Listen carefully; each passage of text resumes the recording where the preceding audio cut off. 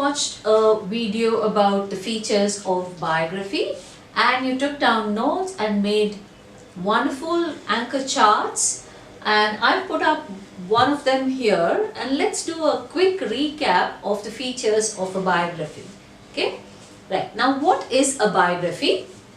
A biography is a text written by someone else and to inform about a real person's life, and the key events in the person's life is written in a biography. Also, how do you start a biography? In the first paragraph, you use a hook to grab the attention of the reader, right? Usually it is in the first sentence of the first paragraph. Then, besides that, what else do we use in a biography? It is written in chronological order. Now, do you remember that we did chronological order sometime previously also? Yes, chrono means time and logical means in sequence, in the order of events that happen in sequence. That's very good.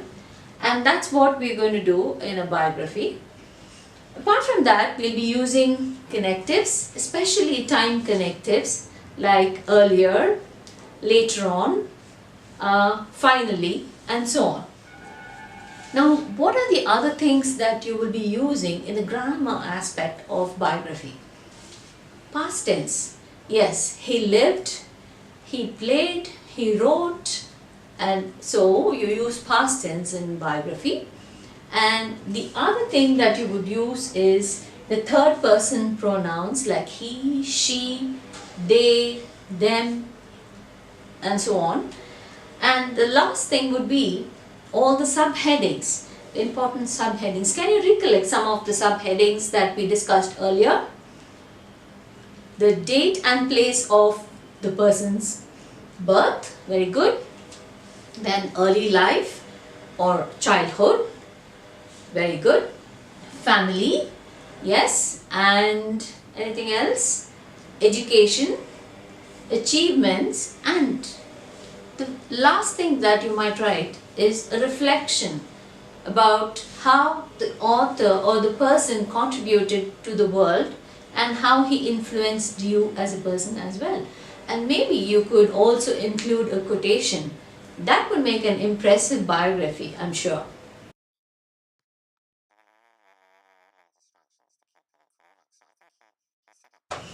You listened to the audio clip on listenwise.com about the author Roald Dahl's biography, and I hope you paid attention to it because I have a few questions for you that you have to answer.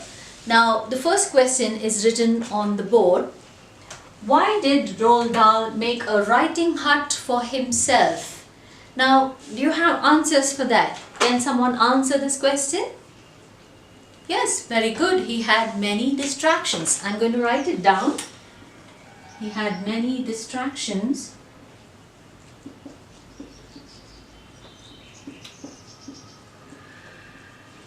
And what distractions were they? Yes, his wife was ill and his son was also not doing very well. So he had to take care of them and all the noise of the children around. That's very good. What's the next thing? He wanted privacy. Very good. So he wanted privacy. What else can you think of? Yes, very good. He wanted to escape from reality. Wanted to escape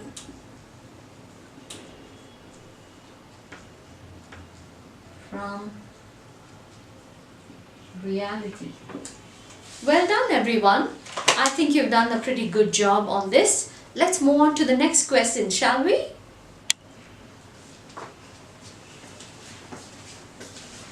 Was Roald Dahl obsessed with chocolates? That's the next question. And yes, was he crazy about chocolates? Does anyone have an answer for that? Yes, the author knew the year in which every chocolate bar was invented in the 1920s and 1930s. He knew about chocolates in the 1920s and 30s. Okay, it's all short forms. Okay, and what was the other reason why he loved chocolates? He knew everything about the life of Mr. Mars, and Mr. Mars was the one who invented a lot of chocolates way back then, right? So he knew details about Mr. Mars. And what other reason do you think we have?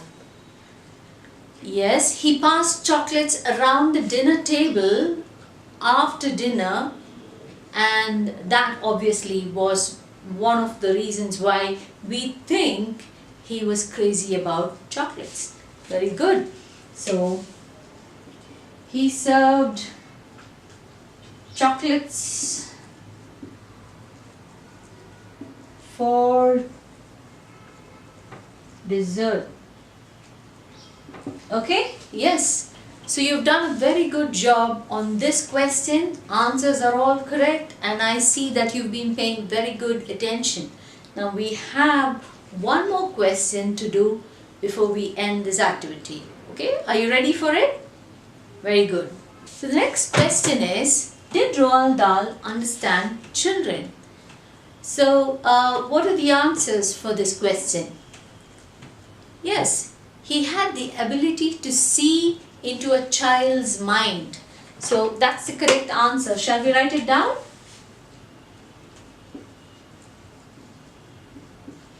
The ability to see into a child's mind. And what about the next one? Can you think of the can you recollect the other reason? To see the world as a child saw it. He had the ability. Yes. So shall we write it down? He had the ability to see the world